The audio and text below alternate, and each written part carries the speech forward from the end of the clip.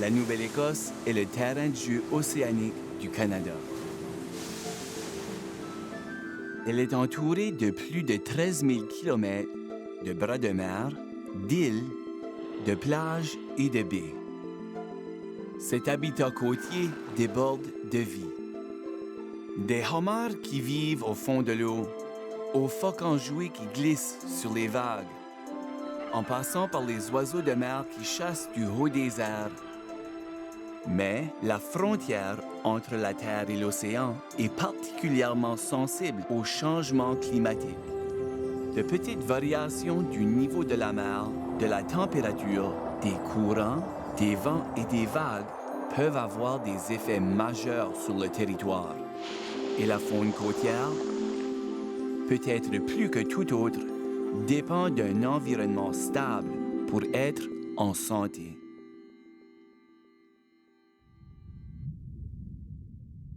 Sous les vagues, la faune vivante peut être si petite que vous pourriez la manquer. Voici les zooplanctons, de minuscules créatures aquatiques qui dérivent au gré des courants et qui sont à la base de l'ensemble de la chaîne alimentaire de l'océan. Le zooplancton nourrit d'autres animaux de toutes formes et de toutes tailles. Et quand tout va bien, il est partout.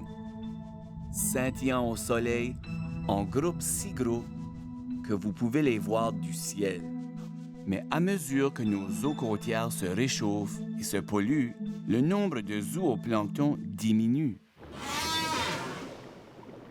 C'est une très mauvaise nouvelle pour les baleines noires de l'Atlantique Nord. Ces gentilles géantes sont l'une des créatures les plus rares de la planète. Il en reste moins de 400. Elles utilisent un peigne intégré dans leur bouche pour extraire le zooplancton de l'eau comme un filet de pêche vivant. Comme les populations de zooplancton diminuent le long de la côte, de nombreuses baleines se rendent plus au large pour trouver un repas. Comme les populations de zooplancton diminuent le long de la côte, de nombreuses baleines se rendent plus au large pour trouver un repas. Là, il y a moins de règles pour les protéger, comme des limitations de vitesse des navires et des punitions pour l'abandon des matériaux de pêche. Les baleines noires sont donc en danger. Et puis, il y a le hareng de l'Atlantique, un autre voyageur des océans qui fait face à de grands défis. Autrefois, il y avait une énorme quantité de ces poissons argentés se déplaçant ensemble, en grands bancs, s'étendant sur des kilomètres le long de la côte de la Nouvelle-Écosse. Mais la surpêche et le réchauffement des mers font fuir les harengs. Ils se déplacent au nord et plus en profondeur, à la recherche d'eau plus fraîche. Il est donc de plus en plus difficile de les trouver.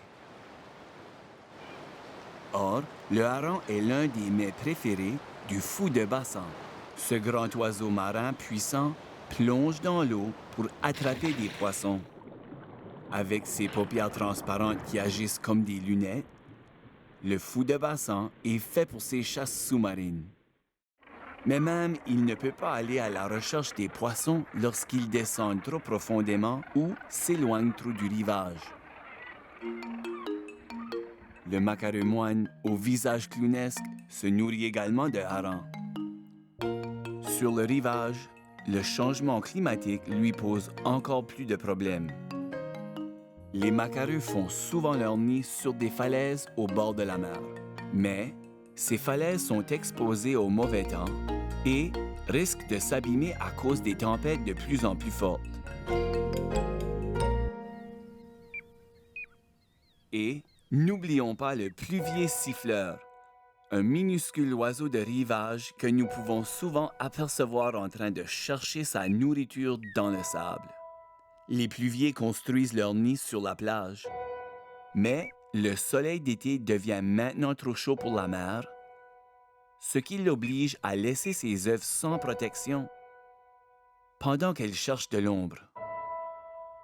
Ces plages basses sont aussi en danger à cause des tempêtes et, si le niveau de la mer continue à monter, elles pourraient bientôt se retrouver sous l'eau.